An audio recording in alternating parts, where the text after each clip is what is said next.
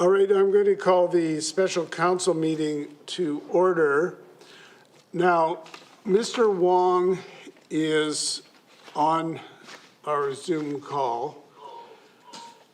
Oops, you're muted now? Okay, Mr. Wong is here. Yes, I'm here. Right, just a minute, Mr. Wong. We have received some written documentation from him requesting that the matter be adjourned for a period of time. And most recently, we got a note from Mr. Wong from one of his neighbors, Rob Buller Taylor, and I think that's the only one. Now, you also received the memorandum from Carly Williams, Manager of Business License and Bylaws, indicating that there still remains a lot of work to be done, although we recognized when we heard it the last time that there has been a lot done that was in the backyard. So I don't know how anybody feels about it, but I know that Mr. Wong would like it to be adjourned. He's asking that it go off a month until the middle of August, but of course we have no meetings in August. That would mean that the meeting it would go to in the natural course of things would be right after Labor Day. The first GP in September is on the 7th, and that's Tuesday the 7th. I would suggest that that's not going to be a good date. Being right after Labor Day, there's bound to be all kinds of things that are going on, plus we have a public hearing that night. So if someone wanted this to be adjourned, I would suggest that it would go off to September the 21st. So I don't know if anybody wants to move a motion right now or hear from the parties. I'm in your hands as far as that goes. Councillor McNulty? Yeah, thank you, Worship. I've seen, I was over there and had a look at it. There has been some progress, and I've seen what Mr. Wong was done. And it's a massive job, and I don't think we were probably right in expecting him to clean it totally up in 1 month. So I would move that to put on the table that we grant the appeal that Mr. Wong have till the third week of September. As you said, I think it's the 21st to make further progress on that. And after that, then we would make another decision. Let me clarify. So the motion would be to adjourn this hearing until September 21st to be heard here in council chambers or so moved. Over technology. Okay, so and that's seconded. Yeah. Any other comments? Any comments? Councillor Day? Yeah. I don't have to push the button, do I? Yes. No. I put on the microphone. Okay, good. Thank you. I'm sorry. It's Monday, September 20th, not the 21st. Go ahead. Thank you. That's what I was going to point out. But why could we not go for Tuesday, September 7th, which is the first GP meeting? Well, the answer is we could, but my suggestion is we avoid that date. We won't have had any meetings in August, and inevitably there's all kinds of stuff that kind of builds up that day. So it's probably going to be quite a full agenda. Plus, we've got a public hearing that night. Whereas if we go to the 20th, because we had the public hearing on, put it this way, we may be able to avoid a public hearing on the 20th. And it's probably not going to be so hectic. So that's my suggestion for the 20th. I had a question of Mr. Wong. Go ahead. Mr. Yes. Wong, according to the report we received, there are 3 vehicles that are not insured in the driveway. I asked you about this last time. What do you think it's going to take to get those down to the maximum, which is 1 uninsured vehicle? Well, the one that's covered with the car tarp, I'm planning to get rid of it because it's too old and it burns oil, and then I guess I have to get rid of it. I don't care about the sentimental value. It was the first car that I drove to UBC and BCIT.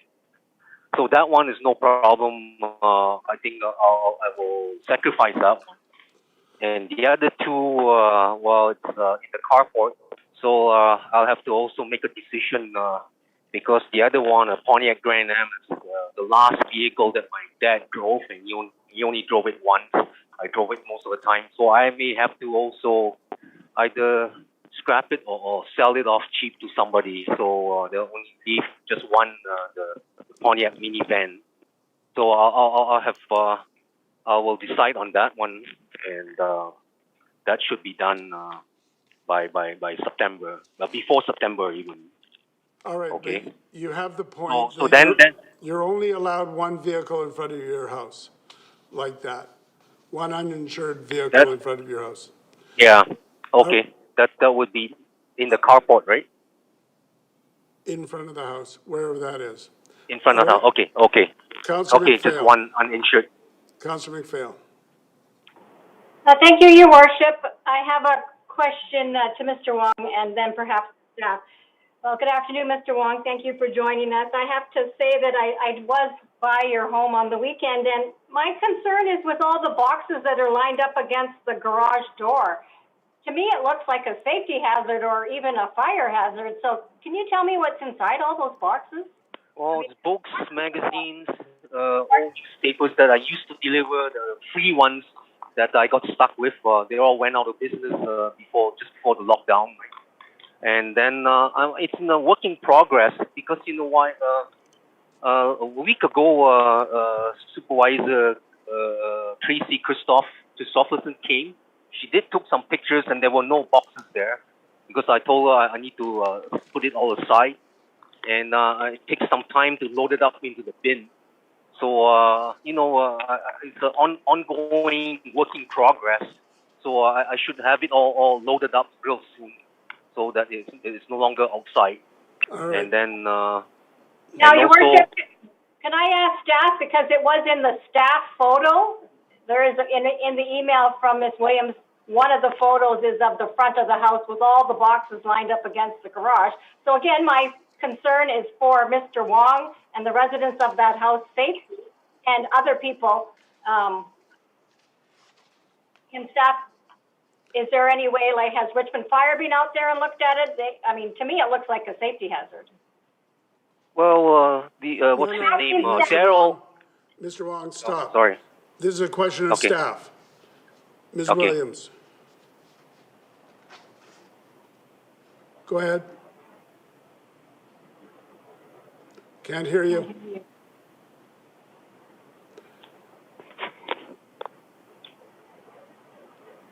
Carly, we can't hear you. All right. Well, I can see from the pictures that were just recently provided to us by staff, there are all these boxes. And so, Mr. Wong, you have the point that it's not just vehicles, but it's boxes too. It's a. No. I'm going to Councillor Hobbs. Thank you, and through the chair. Apparently quite a bit of council is driven by your place, Mr. Wong, and I've driven by as well. And my concern is actually to do with the neighborhood and your neighbors and children and people who live in your area, because there's a number of issues to do with your premises. It looks like a fire risk to me, could be a health risk, could be a safety risk as well. So, although I'm relatively new on council, I believe I heard you promising that you'd have it done by this date. And now you're back asking for another adjournment on a matter that has apparently been carrying on in one way or another for 13 years and at least 15 complaints. So my question to you is, why should I believe you now that you're going to have it cleaned up, although you've made progress? Why should I believe that you're going to get it done? And how am I going to be assured that there's not going to be a repetition of this kind of behavior? Because you live in a neighborhood and you have an obligation to your neighbors and to the community. So how do I know that there's not going to be a repetition, and how can I be assured that you're not going to ask for another adjournment? Well, if it's another until September, yeah, I'm very confident that I'm going to fill the bins up and gone for good, because I don't have any more left in storage. Because you used to deliver all those free newspapers, but now the bins are all gone. The 24-hour, the Georgia Street and the Metro. So this one here with the boxes was just only recently because I have to clear out, sort out the bins because it was all in a mess. So that's the reason why the boxes are outside, right? So in the next day or so, I'll just have to load them all up, so it will not be eye-catching to anybody. It was only recently, it wasn't that long ago, when Tracy, Supervisor Tracy Christopherson came by a week ago. There was nothing. She took some pictures of the garage. There was no boxes. If you can ask her, she had some pictures. So it was only just recently that I was working hard at it. And then, of course, the reason for the extension was the last 3 weeks after June 21st, we had a heat wave. And then I had no choice. I had to try to work just before dawn, otherwise it's too hot to work. That's the reason for the request for the extension. So I assure you, I'll have all the boxes gone really quick by tomorrow or in the next few days, so to clear it all out and fill the bin up. So those boxes, I can assure Council Hobbs, those boxes were not there a week ago. Yes. Just only recently when I was working on it. Yeah, thank you. We have that point. Councillor Liu. Yeah. Thank you, through the chair, to Mr. Wong. I see that you've been working hard on this, and I also see that this is a pretty overwhelming project, and I'm wondering if having staff come in and actually help you get through this might actually be your best option for right now. I think having staff be able to come in and help you with this, it's a lot of work. It's a lot for one person. It's a lot to decide where everything is going and how it's getting there, versus having the city help you, and they will help you make sure things get recycled as they need to be and disposed of properly and safely. And I'm wondering if maybe that's our best bet, and certainly giving you some time to work on this more. But if we're back here again, I think maybe some help is where some practical help is what's going to help you here. Councillor, the challenge with that is that if city gets involved, there will be charges, and Mr. Wong doesn't want to pay those charges. That's the challenge. I've already paid. I'm paying the 1,100 for the October 21st partial 2-hour cleanup. So it's already considered cost already to be. I'm still paying it.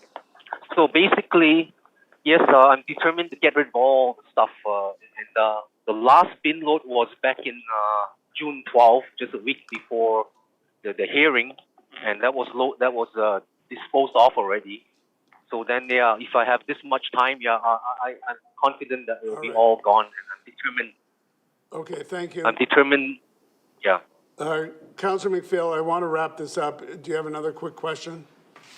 No, I just see in the chat that Ms. Williams believes her audio problems are fixed, and I just was wondering if we could get an answer in staff's opinion. Is some of the stuff like the boxes, is it a fire hazard? Thank you. Ms. Williams, is it a fire hazard? Yeah, through your worship to Councillor Day, we just noticed the boxes today. We would have the same concerns, and I would like to ask the fire department to check on this. All right, so then on the adjournment. Can I? No, sir. Can I?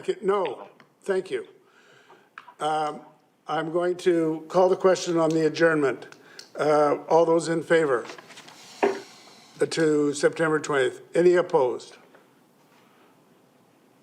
Councillor Hobbs, you're opposed. Mm-hmm. Okay, so it is, and Councillor McPhail, you're opposed. Okay, so it is carried with Councillors Hobbs and McPhail opposed. Mr. Wong, please don't, I would predict your chances of getting another adjournment are slim to none. Secondly, you need to do what you've asked for time. We've been more than generous in giving you time. You need to get the unsightly premises cleared up. It includes boxes, it includes vehicles, and anything else that is unsightly there. As has been reflected, you owe it to your neighbors. So you have until September the 20th. Thank you. So may I have a motion to adjourn the special council meeting? All those in favor, opposed, that is carried. So now we'll go to the General Purposes Committee, and we'll call that to order. May I have a motion on the various minutes? Moved, So moved. seconded. Any discussions, errors, or omissions? All those in, Councillor Au. Your Worship, I just want to mention that I noticed the minutes on GP 6 is still the old one. I'm sorry. Regarding the minutes on GP 9, page 9, and number 5, about the Christmas fund, it's still the old version. It's not the one that we corrected last time in council meeting. Yes, if staff could please make sure that the revised version gets into the minutes. There was a small revision on, should have been on page GP9. Okay, with that correction, all those in favor? Any opposed? That is carried. It brings us to the Steeson Community Center and the Branch Library, Concept Design and Capital Budget. Martin Yaunis and Elizabeth Ayers, we have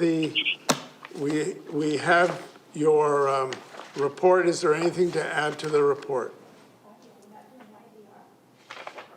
Good afternoon. The report before you is the culmination of extensive work and community consultation that started in 2017.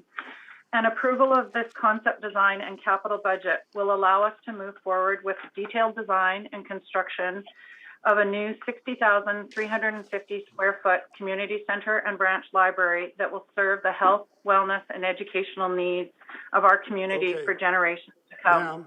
Martin and I would like...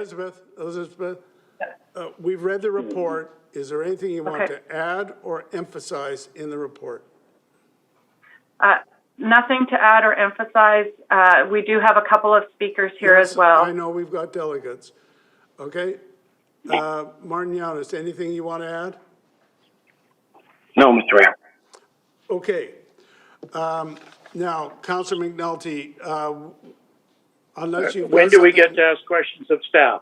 Yeah, we'll get the chance, but let's hear from the delegations first. Okay, thank you. Okay, so we've got two delegations on this. The first one is Jim Kojima. Jim, did you want to tell us about something? Thank you, Mayor Brody and council members, for the opportunity to say a few words. I am Jim Kojima, Director and Treasurer of the Steeson Community Society. I would like to just go over some historical things we did. In 2017, we formed a new building committee. 2018, the HDR held many interviews, and Steeson Community Center had an open house. 2019, many meetings were held regarding programs in the new center and with the library group. The newsletter was sent in 2020 to all the members, user groups, 2020 groups, and the general public. Design charrette was started in February 2021 with many meetings. We had morning meetings, afternoon. The design architectural refinements were made, and then in the evening, general public was invited and given dates, updates and to provide input. Feedback was always very good in terms of changes and things that they would like to see. Spring of 2020, we had a newsletter that went out to all the public in the city. 2021, all candidates meeting on Zoom. The new building was discussed and general public were given a chance to ask questions. With many meetings, newsletters, group meetings, social media sites, we were able to keep the general public as informed as we could. From the Steeson Community Society Board, we would like to thank the Mayor and Council to make the new community center a reality.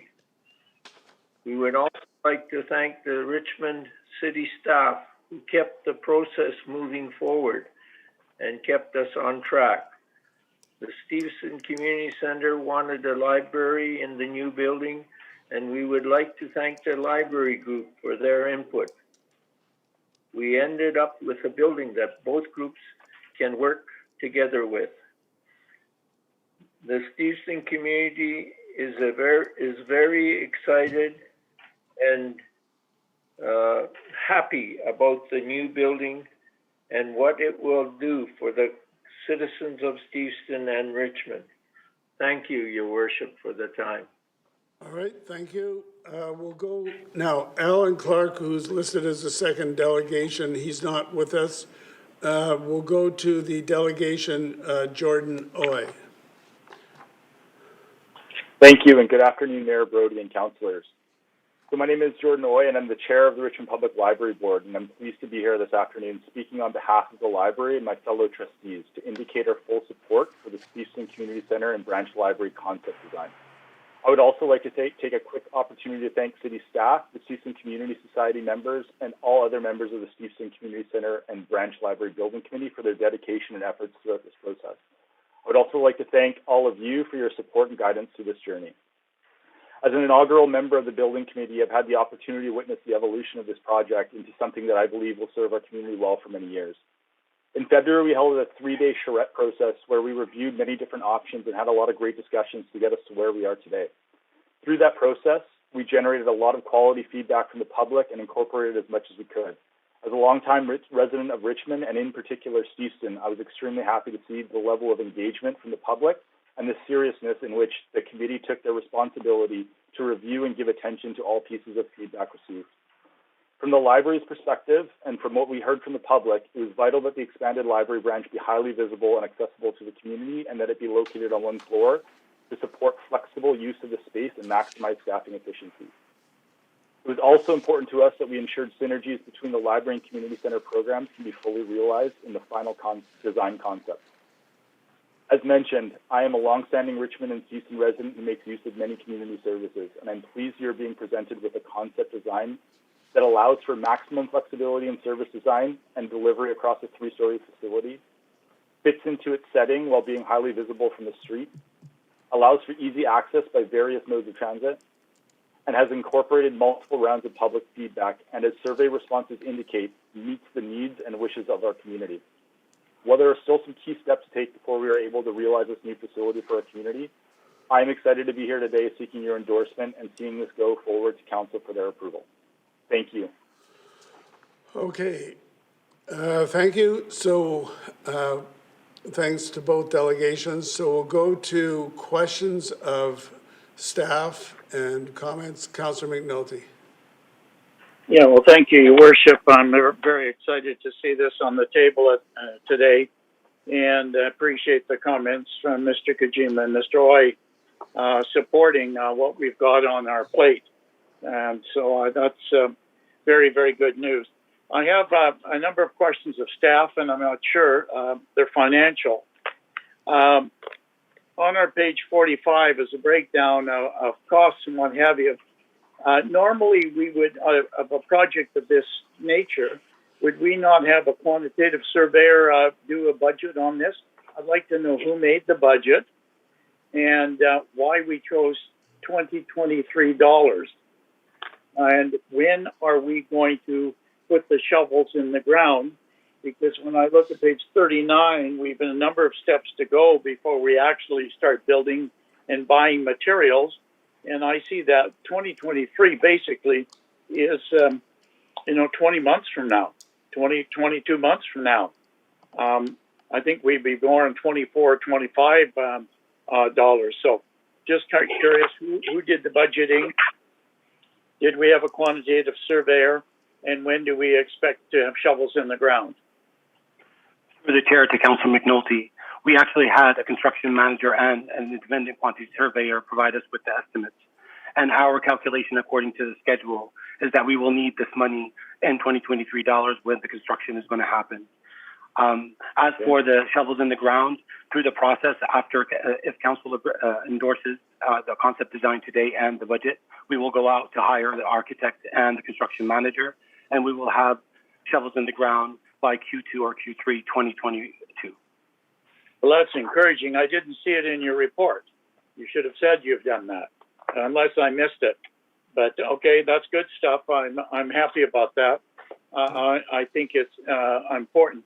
My other question along the way is, will we have the library board and the community society involved as we go along in terms of the construction, in case there are any change orders and that kind of thing?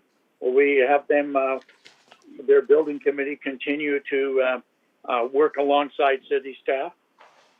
Through the chair to Councillor McNulty, absolutely. The building committee will continue to be involved throughout the process and involved in the detailed design through once we hire the architect and through the entire process. If I may, Your Worship, as well, I'm very pleased to see the breakdown and the fact that we're talking in the neighborhood of over 60,000 square feet, which hopefully will augur well for the programming and and approximately 13,000 square feet for the library in the southwest corner. I think it's extremely important that we build for the future, and I'm glad to hear from Mr. Yunus that we're going to start construction very shortly. Get your hard hats, ladies and gentlemen, then, and boots, because we're going to start it. So I'm extremely pleased with the report. Not a very good report, and hopefully council will endorse it. Thank you. Councillor Day. So I read this with great interest because we've been talking about the new Steeson Community Center for a very, very long time. I can't help but notice that the budget has increased significantly from the original budget. Can you remind me, someone on staff, what the original budget was? Through the chair to Councillor Day, the previous budget that was submitted in our previous report was $93.5 million. After refinement and completing the concept design, we have estimated at $90 million. So it's actually lower. Oh, okay. I guess I must be thinking about an old report a long time ago. I thought it was around 65, but okay, I stand corrected. I'm really happy to see that we're not going to allow TransLink to use the Steeson Community Center Park for parking buses. That is a great step in the right direction. They have to come up with creative ways to park those buses. It's not our responsibility. I'm also super happy to see that the community center will remain open during the construction, so there won't be a lack of services. I am concerned, however, on GP 44 that there are 135 trees in the construction site, and 80 to 90 of those trees will be affected. Can they be moved? Can they be saved? What's the plan? Through the chair to Councillor Day, when we come back with forming character for council consideration, we will have a tree management plan. This was surveyed by our project arborist and our parks department. Once we finalize our review and surveying of the location of the building, we will provide council with a mitigation plan of either replacement or relocation of these trees for your information. Perfect. And then that leads me to my next question, which is on GP 46, we're going to appoint a design team. Who will sit as members of that team? Through the chair to Councillor Day, the design team is basically the architect and the consultants reporting to the architects from mechanical, electrical, structural, and also they will have to consult with the stakeholders, with city staff, with the building committee, the library, during every stage of the design development. Seems to me it would be a more all-inclusive design team if it included a member from the Steeson Community Center Board, if it included a council liaison. I think that we should broaden the scope of that, and I would later move that because I think that's an important component. And my next question is, there's a lot of open space. If you look at GP 55 and GP 56, there's a lot of open space. It feels like, you know, the River Rock or a hotel lobby.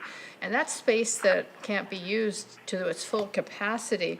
When you get the design team in full, you know, moving forward action plan, will that be potentially modified? Because I'd rather see usable space than see big open space.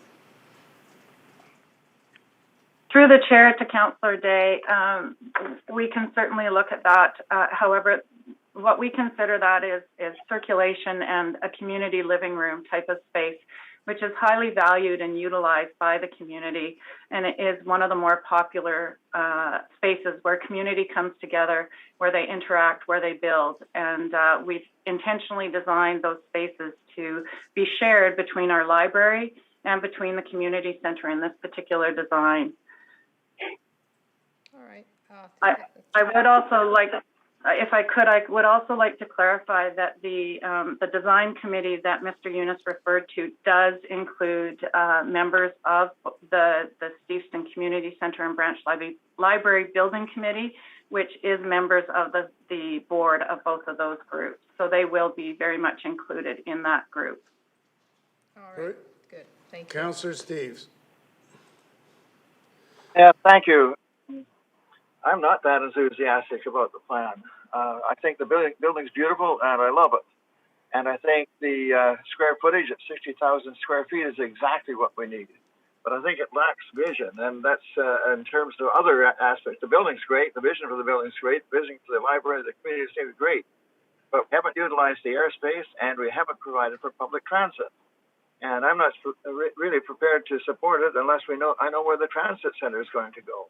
I disagree with Councillor Day. I think the transit center could be under the building.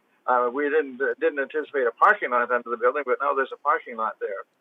However, the question I've got for staff, and then I'll continue on, is the building far enough away from Moncton Street for us to widen Moncton Street and have the buses lined on each side of Moncton Street? Because it seems to me that is one solution.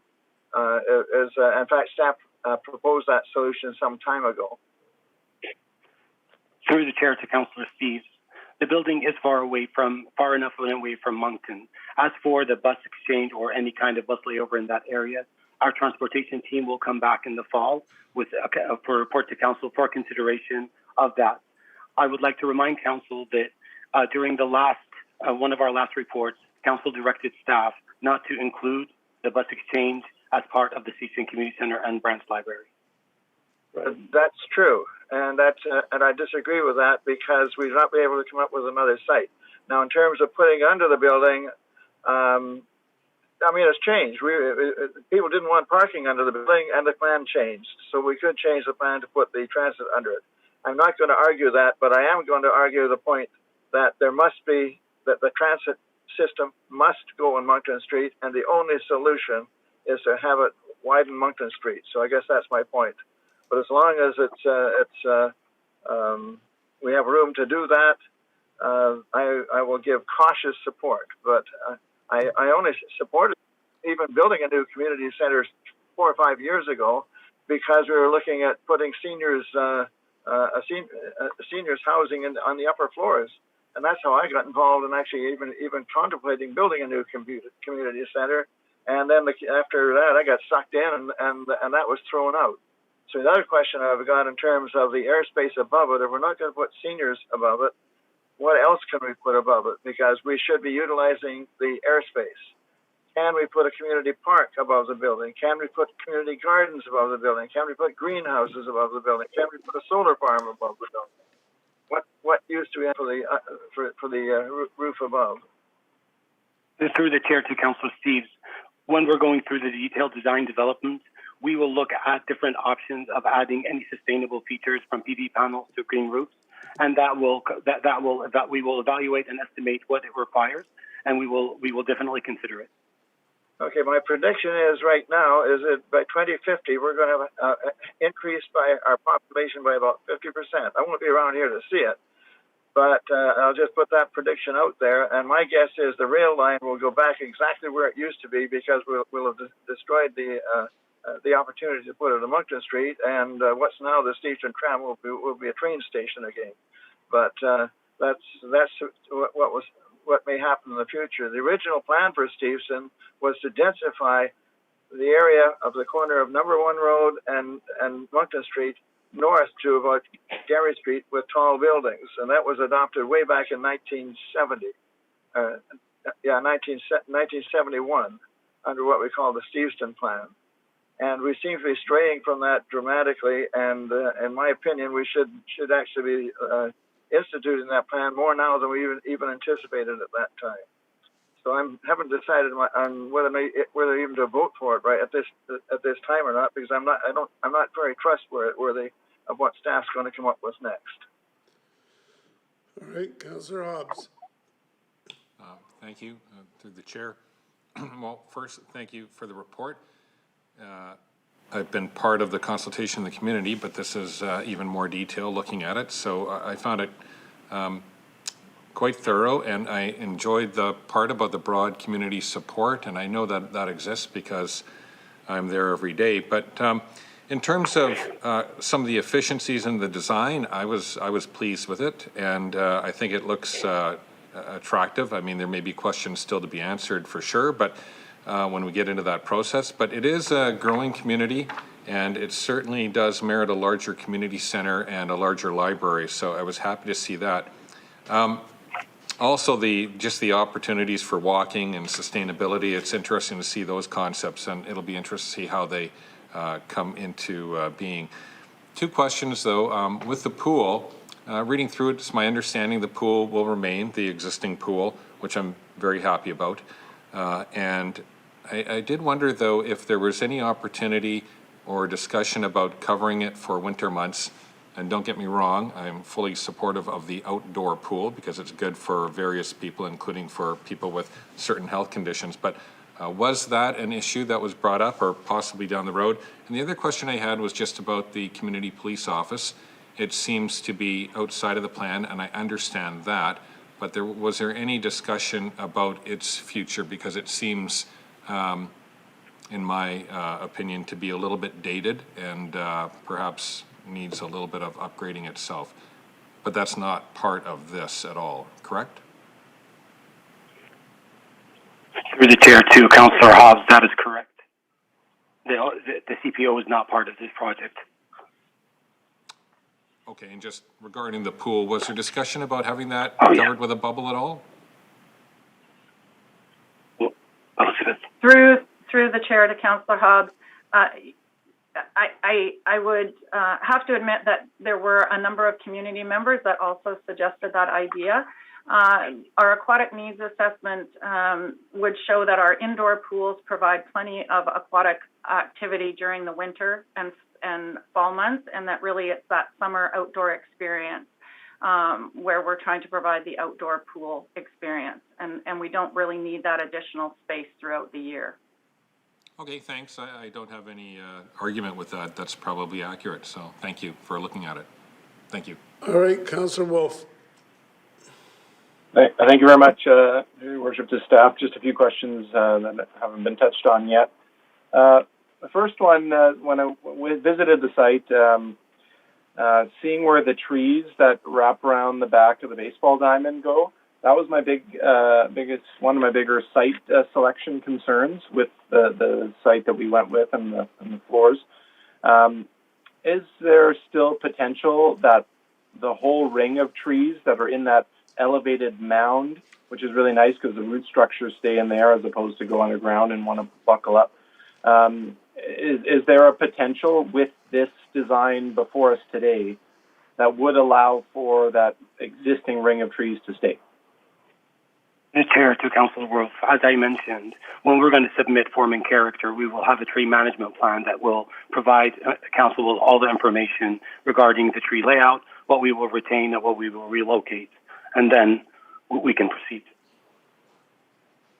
Okay, great, thanks. On that, I'm just looking at the best picture of it is on page 49, where you can see an area that's been circled where it says trees removed will be replaced at city by Richmond requirements. So to me, it looks like that's a done deal, that impact is going to happen. And again, I stood right at that corner of where I think the building would end up, and to see some ability to keep it. And also looking at the floor plan that's in the rest of the package here, seeing the potential to shrink the building from north-south just that slight little bit, or even maybe move it further south to allow for that. I also don't see the reason why it couldn't be moved further west to accommodate that. So hopefully that can be continued, worked on. And next part on this was the impact. I guess the roof. I'll just talk about the roof here. I didn't notice anywhere in the layout of the plans with an indoor running track. I know some councillors did a little tour of some other community centers in the area, and that was one of the kind of highlight things we noticed and heard how well it's used throughout the year. I know it's great to run outdoors, but there are times where indoor running might be utilized on a rooftop, perhaps. And I know that's on our page 53 doesn't show much up in the way of use, but I know that can come back in the later design. Next question was about the architect that we're looking for that was being mentioned as one of the next steps, hiring an architect. Will we be hiring an architect that has passive house credentials? Because we did see a passive house community center nearby. Are we targeting the development community that has those skill sets? Through the chair to Council Wolf, we will be going out for public bid, and we will ask for architects with sustainable experience. And during this day and age, all architects in the market have that kind of expertise, but we will, of course, in the evaluation criteria, make that one of our criteria to evaluate. I appreciate that. Thank you very much. And my last question then, through your worship and staff, is on our page 43, which relates to the demolition in the report. It talks about waste diversion target of 80%, and that's following the council policy. But I have talked to industry experts who are confident buildings of this era can be recycled up to the 90+% rate.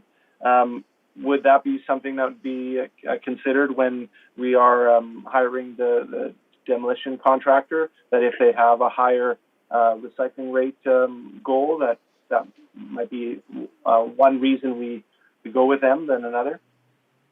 Through the chair to Council Wolf, we will ask the demo contractor to provide a minimum of 80%.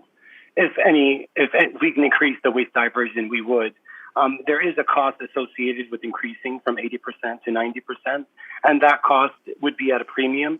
We can look at the numbers, and if it is within our budget, we will, of course, try to reduce waste, make waste reduction as much as possible. Okay, appreciate the follow this as it continues. Thank you. Councillor Liu. Thank you.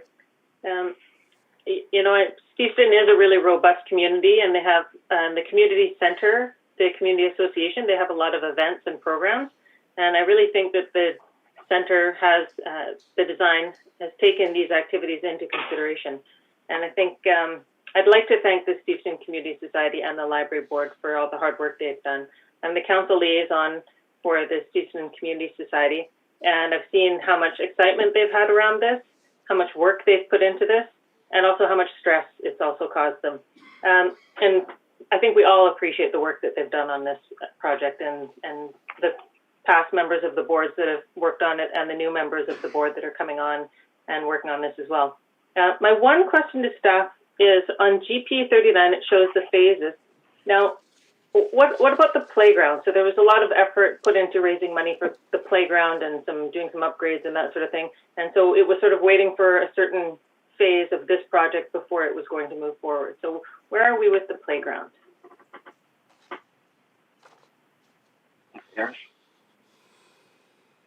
Ms. Ayers?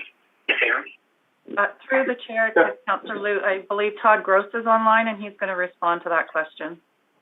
Yeah, through the chair to Councillor Liu, sorry. We have been working on the design for the playground. We were waiting for this piece to come forward, and we are working on the design of it and the washroom piece that goes with the washroom itself, and that will be coming forward as well. So when do we look forward to that? Our schedule is in the design phase right now. That's going to take a number of months for us to finalize. Miriam and Jason are working on that as we speak. So I think actually we won't have anything come forward till later this fall. Thank you. All right, Councillor McPhail. Thank you, Your Worship, and through you to staff on our GP 43, under Future Street frontage improvements. It talks about a separate transportation study is being undertaken to analyze the viability of integrating a publicly accessible, dedicated bike and pedestrian path. And just wondering what is the timeline for that? Because I think it's really important. The neighborhood is such a walkable area, and there is the opportunity for street improvements, as has already been talked about. And a lot of people walk, a lot of people cycle. I cycle there all the time. So just wondering what's the timeline for that, and is that a separate that come out of our transportation budget, or is it attached to the budget for the center? Through the chair to Council McPhail, a report from transportation will be coming in fall 2021. It is not part of this project, so it would be a capital submission, I believe, that transportation would submit, and Mr. B is available if you have any questions further on transportation.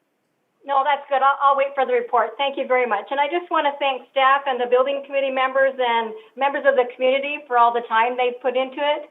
And really, it's so exciting to see this project come. It's been a long time in the works, and it's great to see that this vision came from the community and it's for the community. And I think that's really exciting. So thanks to everyone. All right, thank you. Harold, you had something more? Yeah, I just wanted to add to what Michael said. I support the demolition of the old center, but the old gym was built around 1959 or so, and that is old growth timber and wood, and it would really be important if we could possibly get that material out of it for reuse. What we call recycling of houses and buildings today is they pellet them and burn it, and that's totally anti-environmental. But it's got incredibly good material in that building. If you don't save the other part of the building, there's more modern second growth timber probably. But that building is exceedingly well built with good materials. All right, staff, if you could take that under advisement, please. Obviously, it's important. Move the staff recommendation. Okay, is it moved and is it seconded? Moved and seconded. The points I want to make, I'm certainly supportive of this, and I'll echo the thanks that everybody else has talked about and the hard work. We appreciate it, and I think it's really been a good process, though it has taken a long time. My question is about the finances, the various funds that we're going to use. As I understand, I'll tell you the answers I got, because I was concerned how much we have left in these reserves. So for the capital building reserve, we're using 63 million. That's where the 1% goes to, by the way, for the benefit of some people who are opposed to that. But in any case, we're using that whole 63 million. The second one, let's see now, that we're using 21 and there's 91 left. And we're fully utilizing the 5.6 from the Steeson community amenity provision. What I think we should do, I don't want to hold up anything on this, but unless finance staff tells me we can't do this, I would like to add a number 6 on here for staff to take a look at alternative sources of funding for the community center and for the capital needs that we can anticipate, and then to report back to us. If I can have a seconder for that amendment. So moved. Second. Okay. Second. The idea being, listen, if nothing happens, we'll use the funds that are in number 3. No problem. But there may be alternative strategies that we want. For instance, we may want to borrow $20 million or $30 million or something let's take a look at the likely projects that we've got coming up that are going to need capital funds. And just, is this the way we want to do it? Because, for instance, if there's a bunch of $1 and $2 million projects, those kind of projects, it's hard to borrow for those. Whereas, 20 million towards the entire building is probably pretty straightforward. So that is the amendment, and we are on the amendment. Councillor Day, on the amendment. Sorry, I'm fine with the amendment. I want to speak afterwards. Thank you. Okay, well, just leave your hand up and we'll come back to you. Councillor Hobbs on the amendment? Just on the amendment. To clarify for everybody listening that in no way impedes this going forward, correct? Correct. That's correct. Right. That's correct. Okay. So if nothing happens, nothing develops, we've got our motion, our resolution. Just so everybody hears that twice. And then if, it can come back, say, in October, and they say, listen, we got a better idea. Fair enough. Let's see now. Councillor Au. So does your amendment also covers the direction that maybe staff can look into other sources of funding from the federal government or from the other levels of government that can fit into the project? It does not, but I'll ask the question of staff. I take it that we are looking at every possible grant that we can possibly obtain for this project. Am I correct in saying that? Through the chair, that is correct, and we have applied for 2 at least at this time. All right. Councillor McNulty, did you want to speak to the amendment? Yeah, I support the amendment, Your Worship. I think it's very prudent that we cover ourselves on this. It is a significant amount of money. People will be wondering why we're spending, in one case, our whole reserve. But I think it's safe enough that, and I agree with you, it may be, if we had to go, let's say MFA, we may be able to get cheaper dollars than we can provide for ourselves.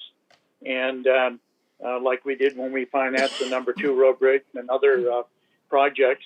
And I think it just gives us a good backup to make sure that there are no hitches on this financially.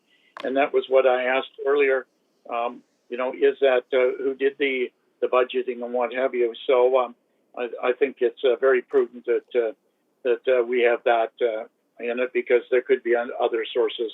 And it wouldn't preclude that the city, this would be the only project that city would do. There may be other things that come up and other needs that need to be addressed. So I definitely support the amendment.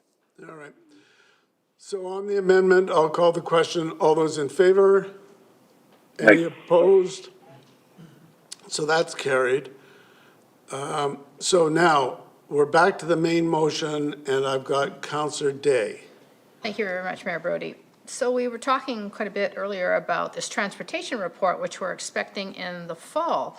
I'm concerned that if it is decided that we require a bus hub on Moncton, and as Councillor Steeson pointed out, we may need to widen Moncton to allow for that, then would we have to start all over again from scratch for the concept design, or could it be adapted?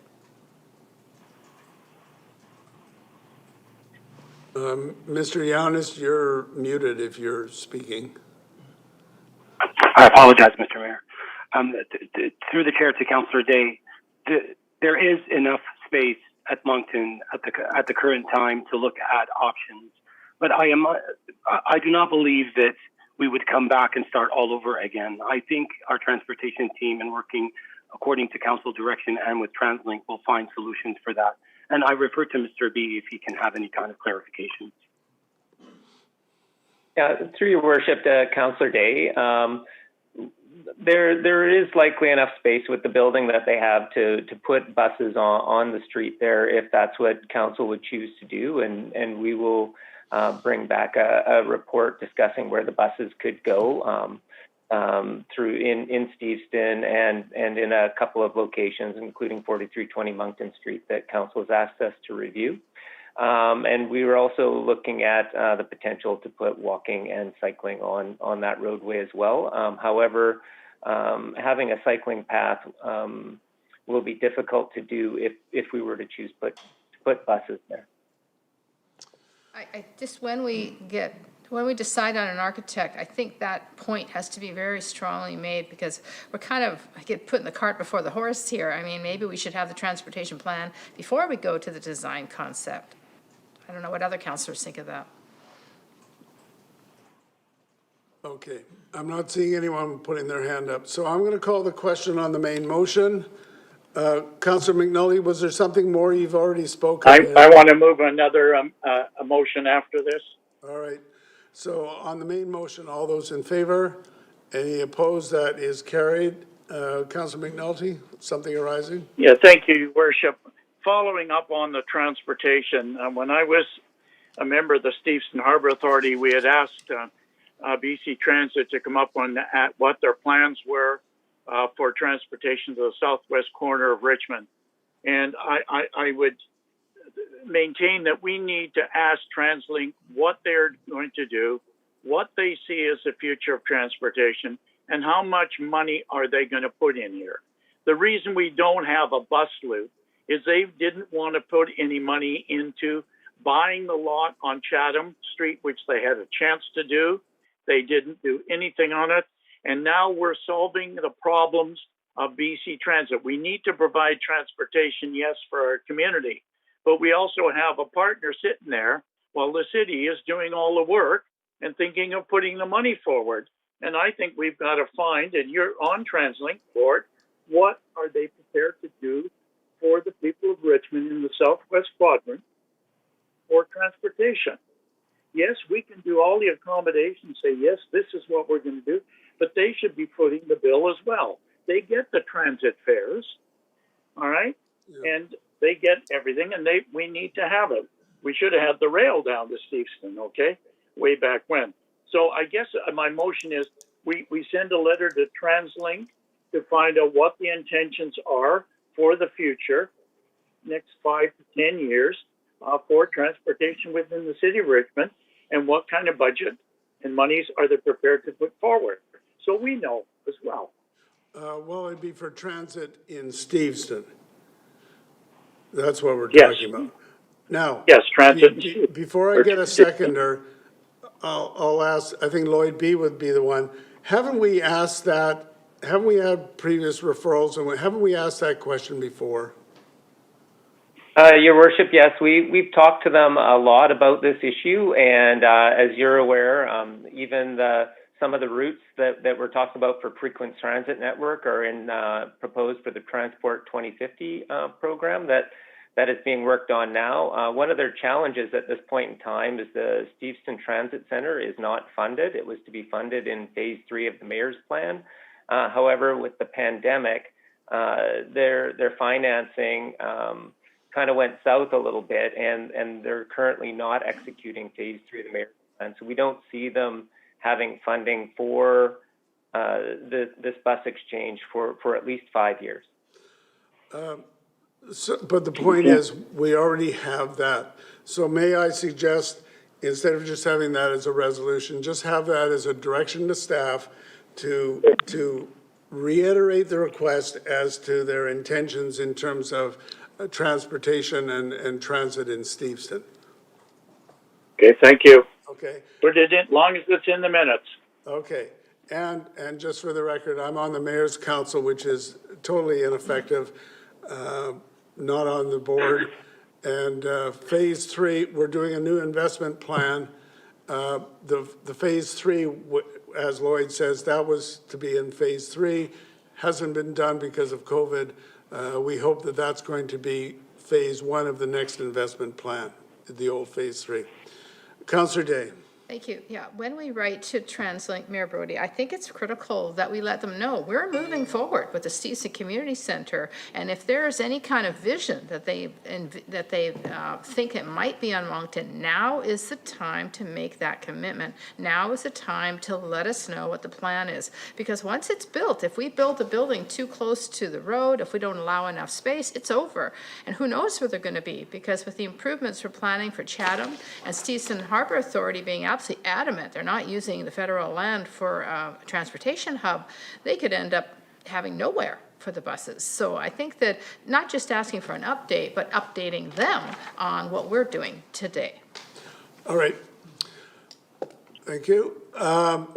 So I think that concludes that. That brings us to the next item, which is the liquor primary license, Savage Creek Golf Course. Carly Williams, anything to add to your report? I have nothing to add to the report. Move the recommendation. Moved and seconded. Any discussion on that? All those in favor? Any opposed? That's carried. Then the application for the Shady Island. Move the recommendation. Move. So it's moved and it's seconded. Did you want to say anything, Bill? Yeah, I just want to update council on it. I got some clarification today from the Steeson Harbor Authority vis-a-vis the boardwalk and the south side of the boardwalk with tables put along the rail. At one time, we wanted to have the rail before that boardwalk went in. When Arnold Walter was general manager and Bob Baziak was the assistant, they put that in there, and we wanted the members of the public to be able to stand on the rail and look out over the harbor and enjoy the harbor, etc. I did find out, though, back in 1996, an agreement was made with the various restaurants along the way about occupying the south side in terms of having little alcoves along the way. So that clarifies something that we didn't have that information on, Your Worship, up to now. And it is clear, and there are a number of food tables along the south side, and obviously they're asking to be able to serve liquor to those same tables. So there are agreements in place. Thank you. Okey doke. Councillor Day. Very much. If you look at, Mayor Brody, if we look at the map on, which shows exactly where these tables are on GP 76, you know, I went to the Catch restaurant yesterday for lunch to check this out, and the people who are sitting along patio 3, which is a new area that's being requested, they create gridlock for people walking. So as I was sat up, bird's eye view and watched people go back and forth, it was pretty obvious that people were bottlenecking along there. So my question is, that I understand is a temporary expansion to the outdoor patio because of COVID. When COVID is over, will that open space go back to being a viewing area for people walking on the boardwalk? I just answered it. Through the chair to Councillor Day, the report before council today is to add liquor service. We do not, that area is controlled by Steeson Harbor Authority. So if we do not approve liquor service, it's my understanding they could still have tables there. They just couldn't serve liquor. Okay, so to be clear, has Steeson Harbor Authority made this a temporary use of that patio number 3 or a permanent use of the patio number 3? Through the chair to Councillor Day, I cannot answer that question. I don't have that information. Yeah, I can't support this until I get those answers, because I feel strongly that the boardwalk was built for people to be able to go to the edge and look over and see the boats, and I'm certainly fine with a temporary patio there. That's great, but I don't think that we should make this a permanent situation, and I think we need to assess the area and definitely be in communication with Steeson Harbor Authority, because unless there's something we don't know about, they're getting some kind of benefit from this. To me, in the long run, it's the wrong place for tables. Do you realize this is under the jurisdiction of the Steeson Harbor Authority? Yes, but today we're approving liquor for those tables. Right. So they can, if we don't approve this liquor license, they can still have this for the next day or the next century, and it's not up to us. If the Steeson Harbor, then a question to staff, good point, Mayor Brody. If the Steeson Harbor Authority says we want the boardwalk back, you have to take those tables away, would the liquor license then be voided for those at that area? Or would they be able to move it to somewhere else? Carly, would they? Through the chair. Yeah, through the chair to Councillor Day, the liquor licensing is very specific for where it's located. So if those tables were taken away, and the business still wanted that same number of seats, they would have to do what's called a structural change to their license and come back to council. That's good to hear. Thank you very much. All right, Councillor Wolf. Thank you, Your Worship. First question is, I believe it went to a referral, but it's not in our list of referrals, so it must have been more recent than that, where we asked staff to look into, I think, this exact area and the walkability around Steeson waterfront. I think Blue Canoe Restaurant was mentioned as well. So is there a referral to staff? Through the chair to Councillor Wolf, I believe Mr. Hopkins is on the call as well, and he could speak to that referral. I did speak to him prior to this meeting. Yes, through your worship to Councillor Wolf, there is a referral that I believe was passed last month, and staff are currently looking at it, and we hope to present something back to council in the fall of this year. Okay, thank you. At this point, I'm not really willing to support it either for, I think, a few other things we need to know. My last question is, I think it's probably hard to see on picture on 77, but maybe on page 66 is best. So where patio 3 is shown there, just a little bit to the west, there's another group of tables in a little cutout section on the boardwalk. And then if you go east, you hit the Blue Canoe Restaurant, and the boardwalk wraps around that building. My question is, for what we're discussing today, this area doesn't currently have liquor license. Do either of the other two areas have liquor license? Through the chair to Councillor Wolf, the Shady Island has three patios, and they have liquor servants on 2 of them and are applying to have it for the 3rd. I can't speak to the patios or the liquor licensing for the other businesses in the area. I do not have that information in front of me. Oh, okay, then thank you. Then I guess my final comment then is, if it is the exact same situation in all 3 sites, I'm not talking about the 3 patios of Shady Island, but the patio number 3 of Shady Island, and then the other 2 businesses that have their patios. But if it's the exact situation and they don't have permanent liquor license, then I don't think I'd be willing to support just putting it in when we don't have other jurisdictional control over it. And seeing how busy it gets in Steeson, or just it's a lot of uses for a small space. Thanks. Councillor Rao. Yes, Your Worship. I share some of the concerns that has been already raised by Councillor Day and Councillor Wood. But in particular, I want to address the question being raised by Mr. Kelvin Higo on GP 78.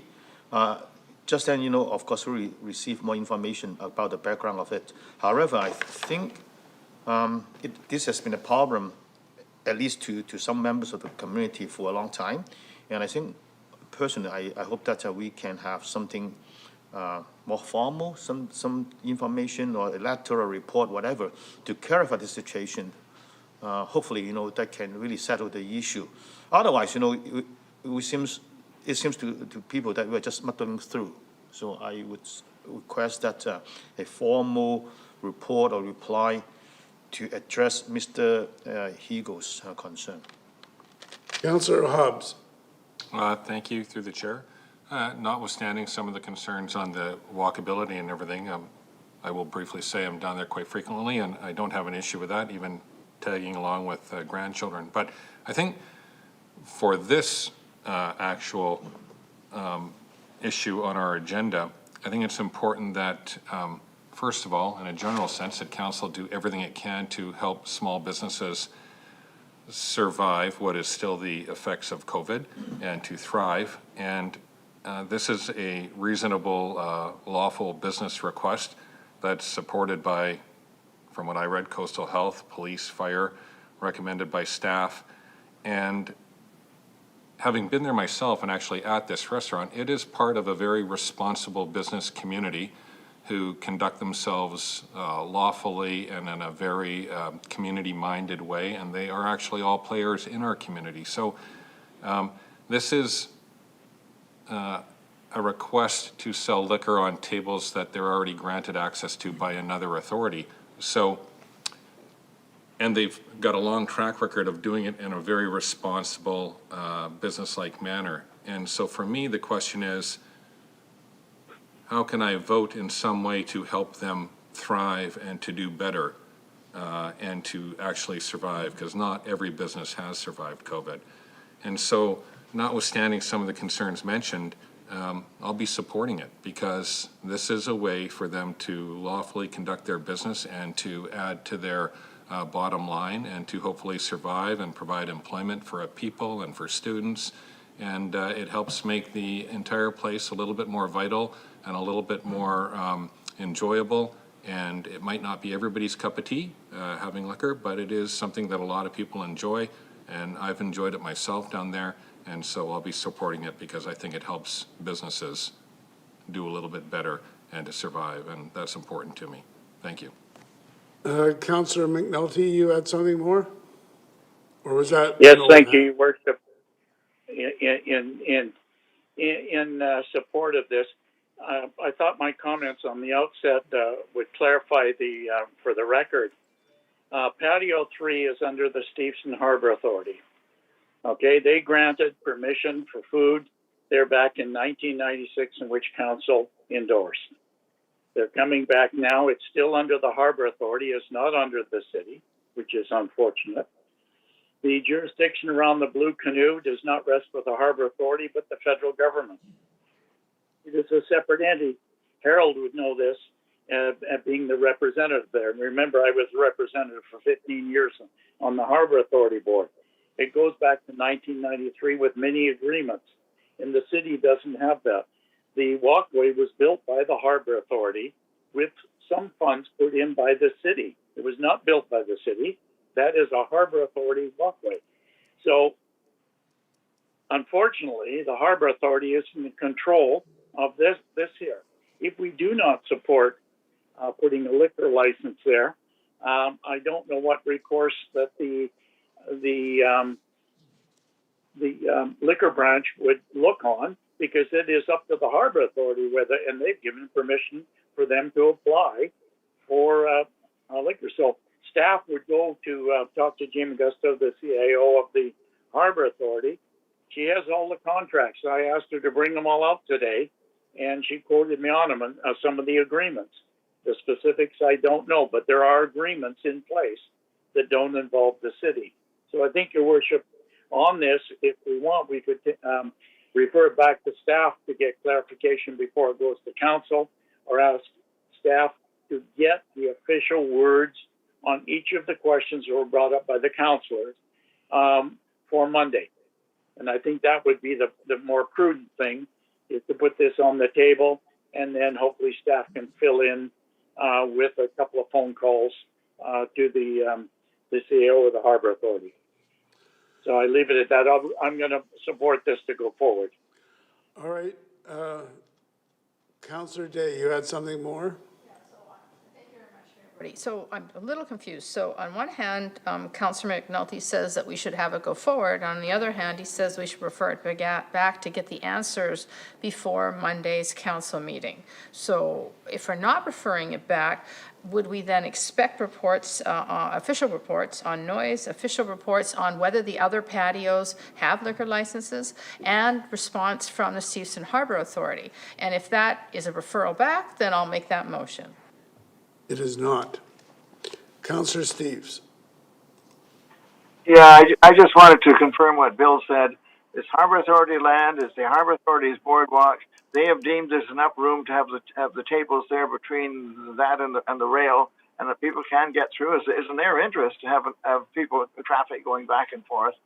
And there's not much we can do about it, whether we like it or not. So I think we should simply approve this, and if people want to know more, well, staff can, like Bill says, staff can get the answers directly from the Harbor Authority. But both Bill and I have been on that board.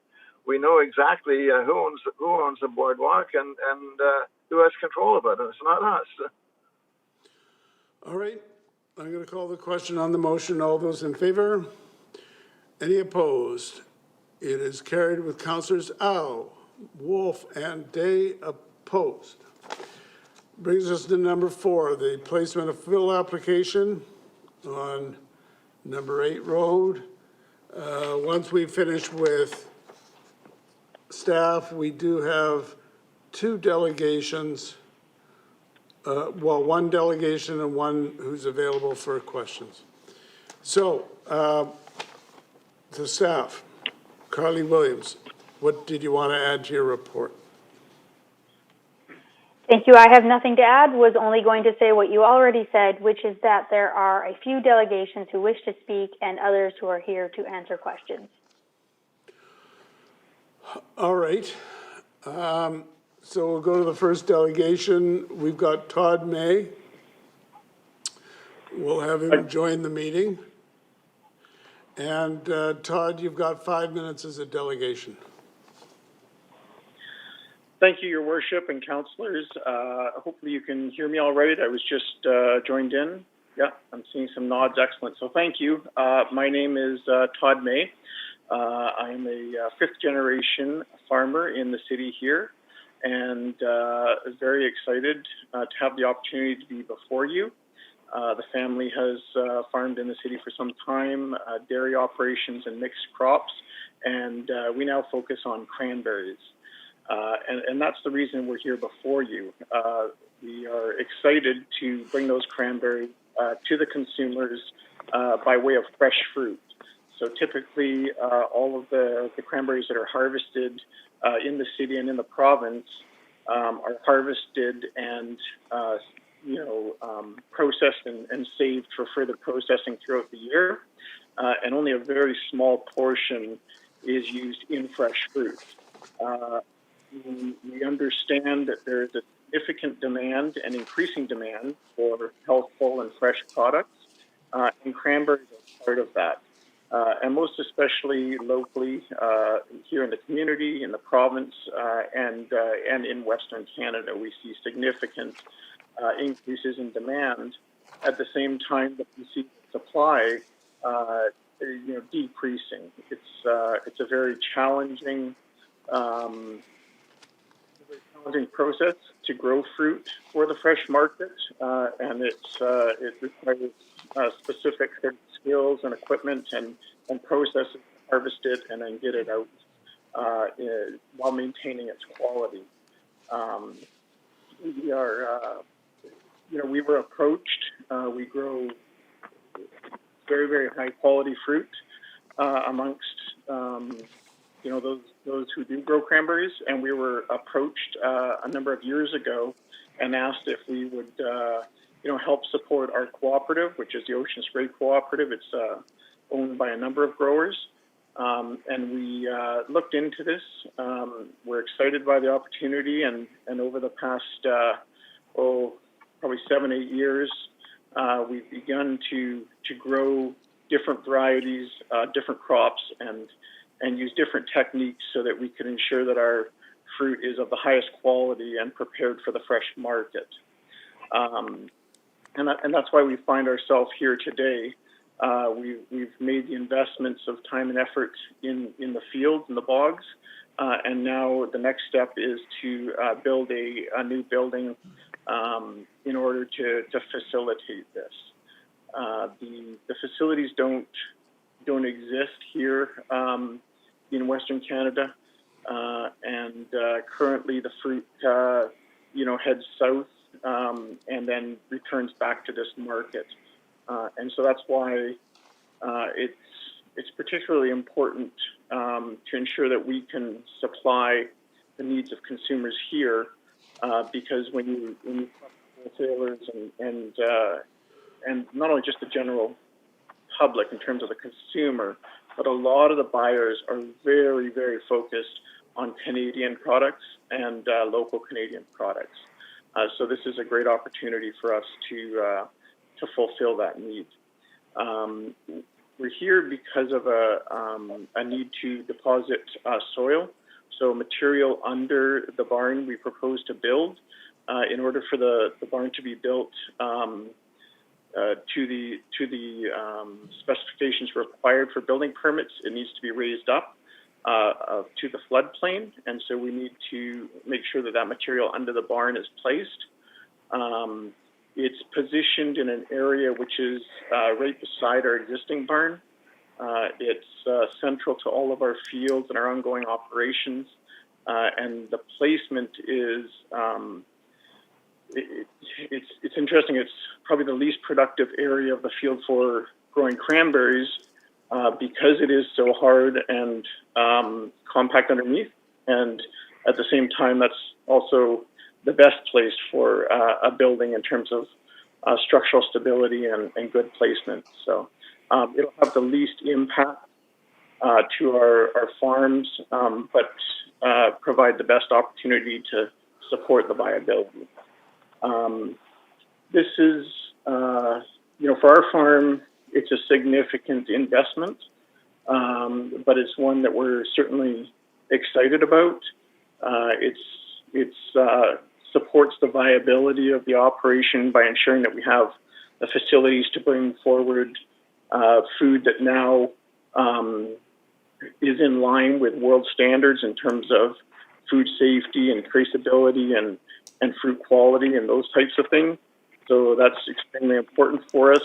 And it sort of leapfrogs us or provides a gateway to what we see as the future needs of the consumer in this area. So I think that's all I have to add. I would just say that we're here to answer questions. I have a professional agrologist and the geotech as well if we need to answer any questions. And I would just say that we appreciate the opportunity. We're very excited. It's kind of neat I'll share that I'm quite proud that already my kids who are involved in the farm and excited about this project are the sixth generation to farm in the city. So that doesn't happen on its own. The community in the city have always been very supportive of agriculture and of our family, and we appreciate that. All right, so you mentioned that the agrologist, Dave Makinchuk, is here to answer any questions. So if anybody has any questions on the agrologist report, you can ask them. So we'll go to questions now. Councillor Day. Hello, Mr. May. Thank you very much, Mayor Brody. I had a couple questions. Basically, this is going to the ALC to give you a permit to keep this illegal soil, which was brought in, and apparently you purchased it from Delta Aggregate, and it's a granular structured fill. When was it brought in, and what was the purpose originally? Yes, through your worship, Councillor Day, thanks for the question. What I could do is perhaps I'll just provide a little bit of a summary of the timeline and what we did. If that's, I think it'll be helpful and it'll probably answer all your questions. So we, like I said, this is a long-term project. Towards the end of 2019, we finalized our plans and had consultations with the city and with the Land Commission. In early the spring of 2020, we submitted our packages for the building permit with the city and had communicated with the Land Commission, about what was required. We then brought the material in the fall of 2020, and the Land Commission had been out to see the material and the project, and then now most recently, so I would say like in the spring of, or just recently, about a month or two ago of 2021 here, through the building permit process, staff had determined that the most appropriate way or the best way forward was to use the I believe it's called the non-farm use application process through the city to the Land Commission. And the reason for that change is that over the last year and a half, the Land Commission have, there's been some changes and they've had further guidance. I think that previously the way in which staff interpreted the rules and communicated to proponents, or now they have a different process for that. And so in speaking with them, they don't have concerns about the material, but they have changed the way in which they move applications forward. And so they have communicated to us we should be coming to yourselves at the city for this, and then that in turn should move back to the Land Commission. So that's what we're doing. You asked specifically about the material and referenced our purchasing of the material. So the meter that we're applying to retain is required under the building floor. Structural granular material, I think is what they call it. It's material that's structural and supports the building, the requirements, the geotechnical requirements of the building. That was brought in, not purchased, but the rest of the material is sand, and that material we did purchase from Delta Egg. That is sand that we use on our farm on an ongoing basis. That's a permitted use in a cultural practice or like a farming growing practice. We spread a thin layer of sand over the existing plant that helps them reroot, if you will, and rejuvenate. So rather than bring additional material in for a preload, we just use the sand that we normally would use. The weight is there. It achieves the same goal of preparing the ground for building a barn, and then the sand's removed and used in the ongoing farm operations. So I think, help remind me if there's other questions you had, but I think that answers them. Thank you, I do. Thank you for that. So it was basically a sand base that was brought in previously, and that was originally, ALC was aware of it, but didn't ask you to get a permit for it because it was part of your regular farm operation. And what you're bringing in now is granular structural fill, which is to prepare for the building. Is that all right? Through your worship, no, it would be the inverse. So the granular material was brought in. Certainly we had the discussions with the Land Commission. The sand was brought in after, which is on top, because it gets removed and put out in the fields. The granular material stays there, and then the building would be built on top of that. It's the same, it's clean, good structural material that we would use, like, for example, for diking or like the cranberry berms or things like that. Yeah. Okay, so you put in, just follow-up question, so through the chair, so you brought in 3 feet of fill on 0.89 acres, and according to the proposal in the report, you want to build a 30,591 square foot structure. So what happens to the rest of that 0.89 acres and the soil that's there? Through your worship, so the building's footprint is about 60 by 60, it's about 3,600 meters, which I think equates to about the 0.89 acres. This is, as I mentioned, I think you guys have the maps there where it's adjacent to our existing barn, and the rest is a field. So we continue to grow cranberries there. There is a small perimeter dike around it, which acts as the cranberry dike. So it's a berm that would separate the building from the cranberry field so that when we flood harvest them, the water's not immediately adjacent to the cranberries. Or I'm sorry, the water in the cranberries is not immediately adjacent to the building. Thank you. Mr. May, when we go to council as a whole, I'd appreciate it if you could provide a better map than the one that we got on GP 100, because it's an aerial photo and it really doesn't show what's coming. It shows what's there, but it doesn't really demonstrate where this new big facility is going to be. And as I look through the report, I mean, it talks a lot about the depth and the silts and all that, but there isn't anything that indicates location. So if you could provide that for next week, that would be amazing. If you could look on page 116, I think it answers your question. Look. For your worship, Council, I think we can do better. Again, the map on page GP 116 is just a little red box instead of a big blue square. I'd like to see where this new building is going to be in perspective to the existing building, which that aerial photo is on GP 100. All right. So, Please carry on with your questions. yeah, good, thank you. And my last question is, you know, we've obviously want to support the cranberry farming. I think it's great that we'll have a processing area, and it's going to be a very large building. What assurances can you give us that it won't ever turn into a marijuana grow-up facility, for example?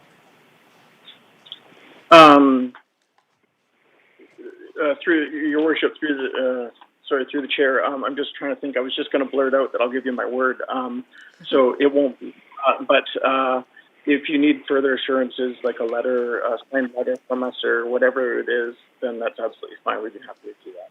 Thank you. I just asked a kind of a silly question because, you know, we've seen it before where we think we're getting a barn and before you know it, there's an application for a big, huge grow up. So, you know, I'm not concerned about you, but I can imagine that, you know, I just have to put it out there. So thank you very much.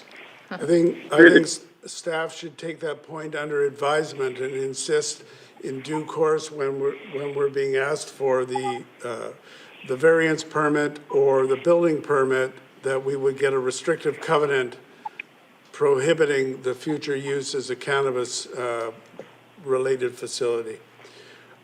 Councillor Wolf. Okay, thank you, Your Worship. I thought maybe Ms. Williams was going to comment there, but I think probably that was just taken under advisement. So I have, I think, 3 questions, one for Mr. May, one for the agrologist, and perhaps one for staff.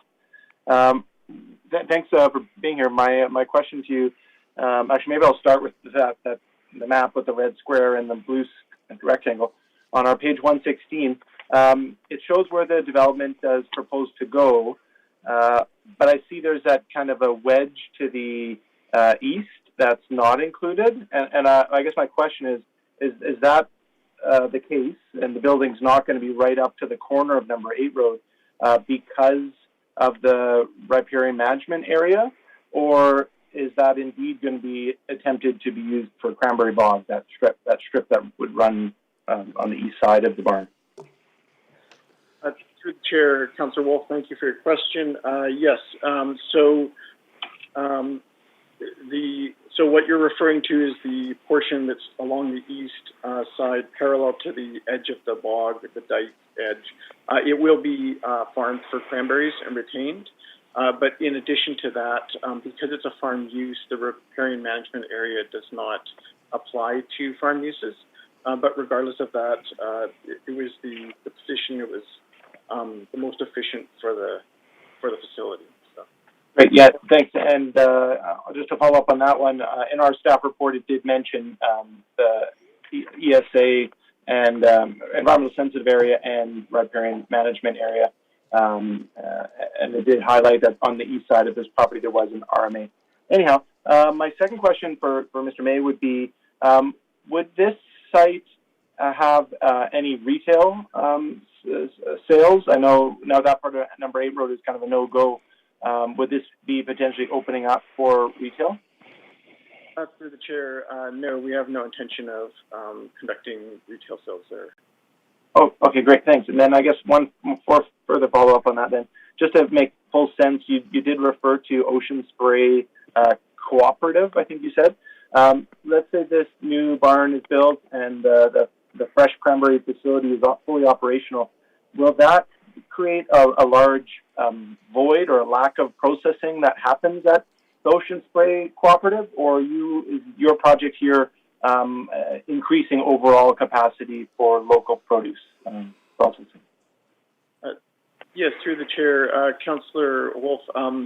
So it's the latter. We are members of Ocean Spray, so our farm is a member of the Ocean Spray Cooperative. We send right now our fruit to their receiving station for process functions, but we're working in cooperation with Ocean Spray. They want our fresh fruit.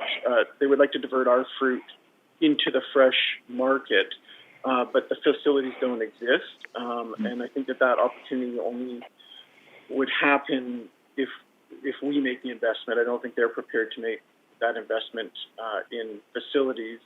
And so that's the answer. Great, really positive to hear that. Thanks for you taking that initiative on. Through the chair, just if I may, I'm not sure if Mr. May would be suitable to answer this one or his agrologist, but in the agrologist report on page 118, it talks about comparable facilities to the one that's being proposed. And that's on page 118 in the middle there. It talks about comparative agricultural facilities on farms, but it doesn't mention the Ocean Spray facility, which I thought would be very comparable. So, and in the report I read that this new one is proposed to be a fresh one. Is the Ocean Spray one not considered a fresh cranberry facility, or yeah? And what are we talking about size comparison here? Are we talking about this new one being 5 times larger than the Ocean Spray one? What's the comparison, if there is any there? So through the chair, Councillor Wolf, I believe that Mr. Melnichuk, who's the agrologist, he may be on the line, but I could probably answer that for you. And so the comparison, really, you were correct in the examples you gave. So the comparison is really about other facilities that exist in the Fraser Valley and in the province that handle fresh fruit. And in this instance where you're comparing it to the Ocean Spray receiving station or facility in Richmond here, that's only for processed fruit. They don't have the capacity to be able to handle it and receive and send out the fresh fruit. And so that's what makes this different. This is about handling fresh fruit. And so that's why, so there's other crops, blueberries, raspberries, strawberries, those sorts of things, specifically, in the valley, but all of but there's nothing in Richmond and nothing for cranberries. Great, thanks for clarifying that so much. All right. We're running really late, so I'm going to ask everybody to be short. Councillor Hobbs. Oh, okay. I'll make it really short then. I had a number of questions. Some were answered. So, what appeals to me about this is that it supports the Premier Horgan's report on food security and the task force that he had. And what that does is any time that, you start taking parts of... Councillor, it's for questions right now. Okay. All right. If the ALC does not approve the application, the soil and the fill that's there now, I understand, will be removed entirely at the expense of the applicant. Is that correct? Through the chair, yes, that is correct. The sand that's there is destined to be used on our fields, and the soil that we're talking about here today, that 1 meter, would be used in our regular diking program, and that's a permitted use. So yes, the answer is yes, it would be removed. Okay, thanks. That's it for questions. All right, Councillor Steeves, questions of the delegation?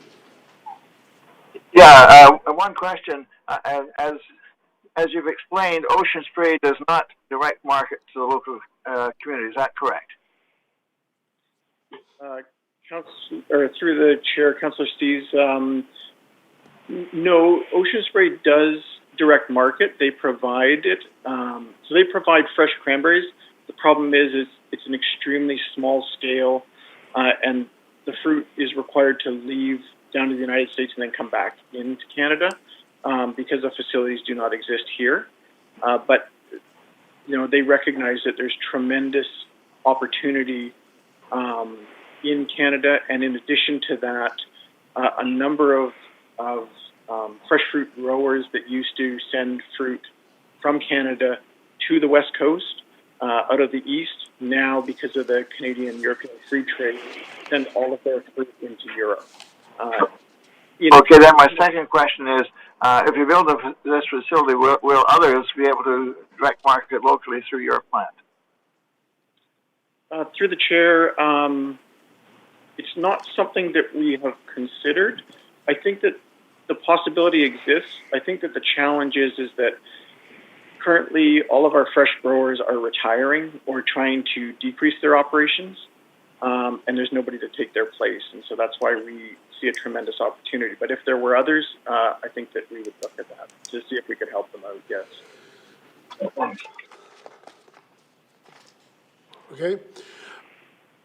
Okay. Thank you, Mr. May. We don't have any other questions of you. You can stay on the line if you want for the discussion. My question to staff is,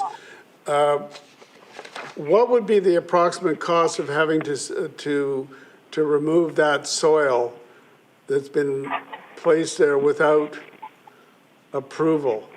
without any kind of civic or ALC approvals, if it came to that.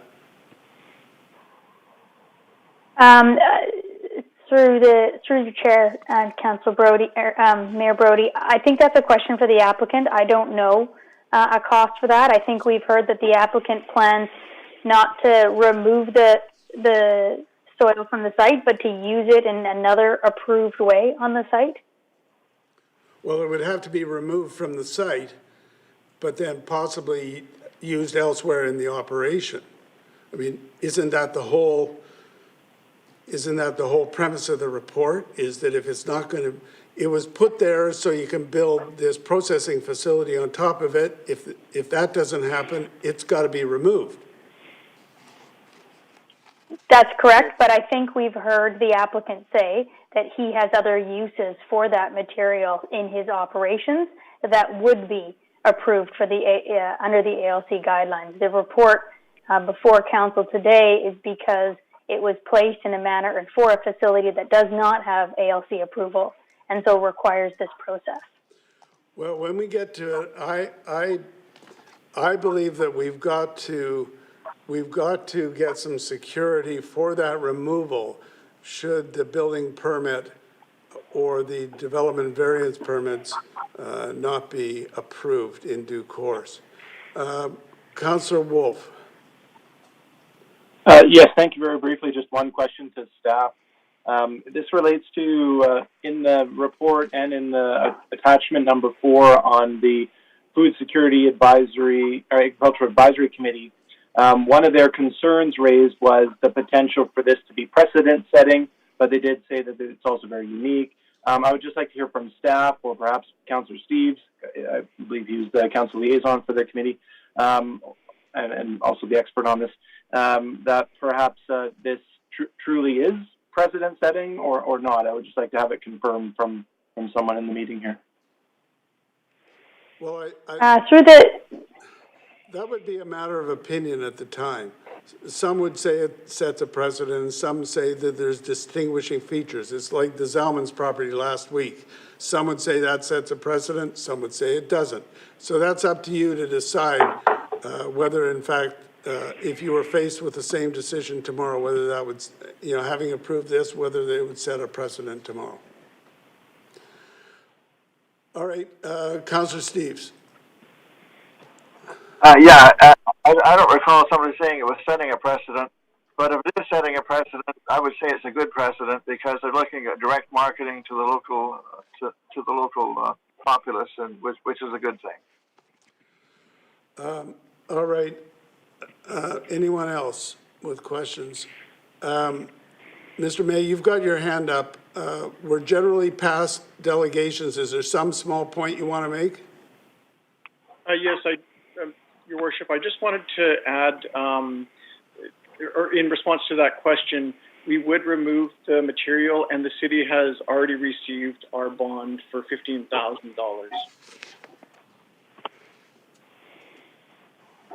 Well, yes, but the report talks about $5,000 bond to ensure the roadways, drainage systems are kept free and clear of material, $10,000 to ensure proper compliance with the provision of the bylaw and other terms and conditions of the permit. So it's silent as to what happens if there's no permit that has been issued, no building permit, no development variance permit, because what is going to be applied for here is a very significant variation from what we have approved as a council just a couple of years ago in terms of the size of the structure, the size of the concrete floor, and various other things. So yes, there is $15,000 worth of security posted, but it's for specific reasons. So my suggestion is, if we want to make a motion, that we would do it as recommended, adding on, providing that the applicant posts security in the sum of $50,000 to confirm that the fill will be removed if no building permit or development variance permit are subsequently granted. Someone want to second that? So that's moved and seconded. I'll go to comments. There's no comments on that, so I'll call the question. Oh. Sorry. Just a minute. You didn't put your hand up. Councillor Day. Thank you very much, Mayor Brody. And a B item, that would be, staff would insist on a restricted covenant to ensure that the facility remained a Cranberry facility. Oh, okay. And not. All we're doing today is to talk about this fill and to approve this fill going on the land and possibly having to be taken off if they don't get the permits. What you mentioned is what we discussed. It's perfectly valid to talk about the use as cannabis facility or something else, but that would be part of this. We're going to get a couple more applications coming back. Oh, okay, so this is not the time. Right. I got it. So that would be a condition of something. Okay, thank you. It's just that Mr. May did mention that he had submitted his I'm sorry, I wrote it down here somewhere in like 2019. And so it's like something's already, a building permit was applied for in 2020. And they, in fall 2020, they brought in the fill, and in 2021, the ALC came forward, and then and they brought in the original plan in 2019. So if they've already applied for a building permit and it's in the works, maybe we need to red flag it. Well, let's ask staff about that. If we want a restrictive covenant of that sort, at what point in the process would we ask for it or see it? Through your worship, I'm happy to take that question. It's Wayne Craig. Through the development variance permit, we can secure such a covenant. All right, so you would take that under advisement, and council will ultimately approve or not, but approve that development variance permit? That is correct, yes. All right, so it's for a later time. Thank you. Councillor Steeves. Yeah, I'm a bit concerned about the amended version. I assume, I hope, removing it from the spot where the material is one thing, but remove it from the entire farm is another, because as Mr. May has suggested, a very large portion of this can be utilized on the farm. It's material that is used to improve cranberry bogs, and some of it can be used for their roads and dikes around the cranberry bogs. So I wouldn't want to see us requiring that they remove it entirely from the farm. To answer that point, which is valid, it's just removing it from this site. They would be under, like, anytime you bring fill in or around your property, you've got to use it in certain ways. And so they can use it in those ways, subject to whatever approvals they may or may not need at the future time. But it's just they would have to take it off this site. That's all. Okay, that's great. Councillor McPhail. Thank you, Your Worship. I wanted clarification on the amendment as well, because in the report on GP 88, under the security bonds, it says, if the proposal is denied, the bonds will not be refunded until the soil has been removed to a permitted site. So that's the $15,000. And now you're asking for another $50,000? So I would like splitting on the vote, because I'm not in favor of that. I think $15,000 is sufficient. Proposal is denied. The proposal, isn't the proposal they're talking about here, the proposal that's in front of us today?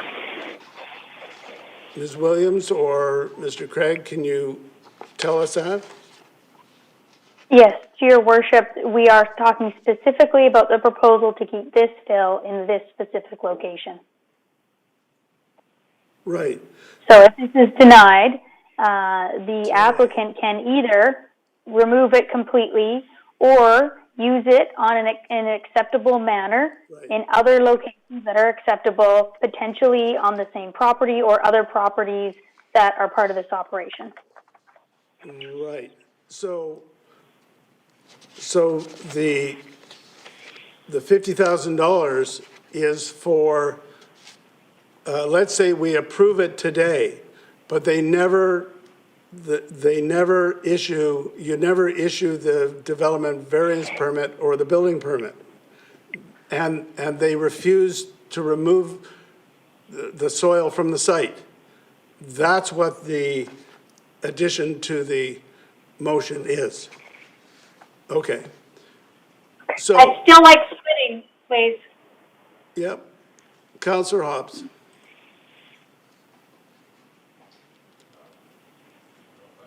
Oh, sorry. Yeah. Thank you, and through the chair. Yeah, I'm still slightly confused. One question is, what is the actual approximate cost of removing that fill from the spot that it is on for the potential new building if it doesn't get approved? And is the $15,000, the bond that's there now, is that security for that express purpose? And what I mean in plain language is, if they don't get approval ultimately, and the fill is not removed from that spot that it is at for the construction of the building possibly, is that 15,000 a surety for removing that from that spot? Whether it goes to another spot on the farm for another purpose, yeah, fine. But is that what that is for already? And the 50,000, I'm just wondering, what is a realistic number, and I know it's a ballpark, for actually removing the soil if somebody were to do it? Ms. Williams, can you start on that? Yeah, through the chair to Councillor Hobbs, I will leave the portion of that question about the cost to the applicant, but what I can respond on is, according to the bylaw, it is like 5,000 is for damage to the city facilities, and it is 10,000 that we have if the soil isn't removed after all of these steps, are complete. So we do only have 10,000 for that. That's under our current bylaw. However, I think there's a number. I think that staff have reasonable confidence that there's so many other ways to use this soil that we do feel confident that 10,000 is sufficient under these circumstances. However, we can maybe hear from the applicant now about what that cost is. Well, okay, given your answer, then let's just take off that proviso. I'll just withdraw it. If that's what we're going to hear. So. I may. Sorry, I should also add that if the soil were not to be placed in an approved manner, we have the 10,000 bond, but we also have prosecution and fines. We could also move forward with fines and bylaw prosecutions, which would just be penalties until compliance is reached. All right, Councillor Day, you seconded that motion. Can we withdraw that part of it? Okay, so it'll just be the recommendation that's written. All right, anybody else? All right, so we've taken away the extra security, and I'll call the question. All those in favor? Anybody opposed? All right, so it's carried. That brings us to the Cultural Harmony Plan. Dorothy Jo, anything to add to your report? Thank you, Your Worship. I have nothing to add to the report. All right, someone want to move it? So moved. And seconded, Councillor Au. I just want to say to have a few comments on the report. Thank you very much for the report. I think it's very informative, and it's exciting and fascinating to see that the city has done so much. I just want to comment on GP 129, the second bullet on the page. I'm glad that we have this project in place, that we would explore further connection of the Chinese immigrants or pioneers to the city. I think this is a very exciting project. And also the 2 paragraphs down, again, I think it's praiseworthy that we are making connections internationally, right? So to have the Art Gallery Pacific Crossing, we connected to Hong Kong, Beijing, and Manila. I think that's a very good thing. But again, I think perhaps, we need to have better publicity of this kind of events. I think perhaps not too many people know about that.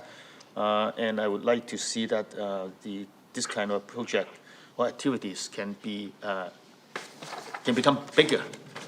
And then on GP 131, at the top of the page, I'm very happy that we are being more inclusive. So instead of just having the Asian traditions, we're also talking about the Arabic and the Farsi-speaking communities.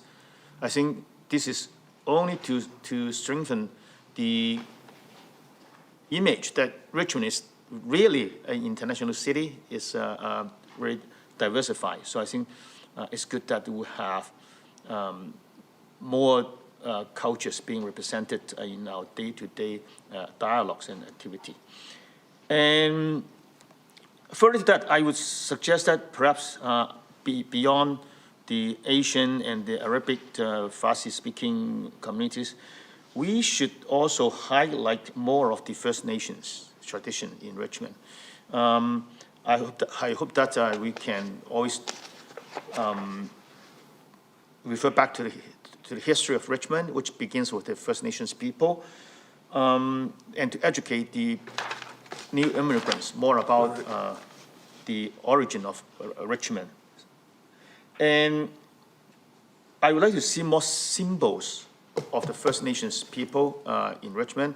Of course, when we talk about the First Nations bunkhouse, I think this is another report.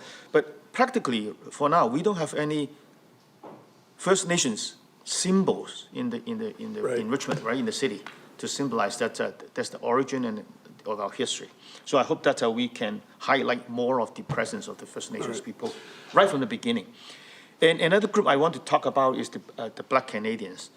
Again, I would like to see that we have more activities to highlight the contributions of the Black Canadians in our community, such as, I know that people are talking about honoring Harry Jeremy, a Black Canadian Olympian and also medal winner who was at one time in Richmond. And recently, I know that Richmond High School, they have also honored him by placing some kind of plaque in the school. So I think for these Black Canadians, the First Nations, and the non-Asian communities, I think we should have more representation in our activities and also in our art representation.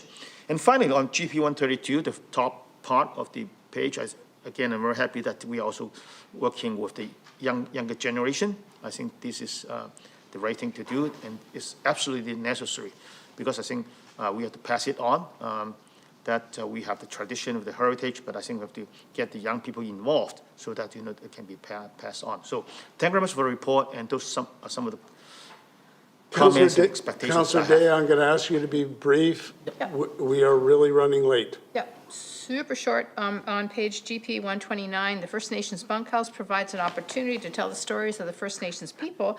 I would like staff to work with Musqueam to record the stories and do what we do with the Japanese history, which is you can walk around with a cell phone in Steeson and hit certain prompts, and then that story will come up. So I think it's a really good idea to have that same process that we have for the Japanese history, for the Musqueam history, and I'd also like to see that added to the archives in the Richmond City Archives. All right, I'm going to call the question then. All those in favor? Any opposed? That is carried. Brings us to the last item on the open agenda, the council procedure bylaw, the electronic. Move the recommendation. So that's moved and seconded. Any discussion on that? Councillor Liu. Thank you. So, depending upon whether or not City Hall opens or not, assuming City Hall does open with the changes that are coming forward, does that mean that councillors have the option then to choose to stay home and enter remotely, or if they're at a conference, they can enter remotely? Through your worship. For your worship to Councillor Liu, the current bylaw amendment will enable council members to participate remotely if they are unable to. However, the current meeting format of electronic meetings and participation does extend to September 28th, at which point this bylaw would kick in and allow members to attend electronically if they are unable to attend regular council meetings. All right. Councillor Hobbs. Thank you, through the chair.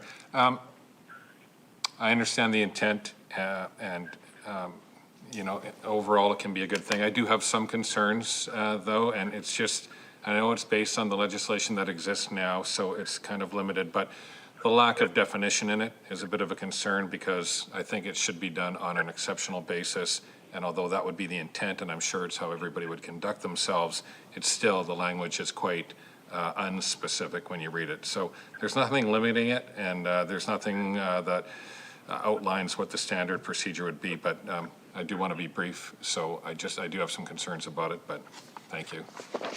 My guess is that this is going to be further refined as things open up, and also we'll have a bit more of experience where it's more or less discretionary. Right. All right, so we'll call the question then on the motion. All those in favor? Any opposed? That is carried. All right, someone move adjournment? Move adjournment. All right, we're now adjourned, and I'll call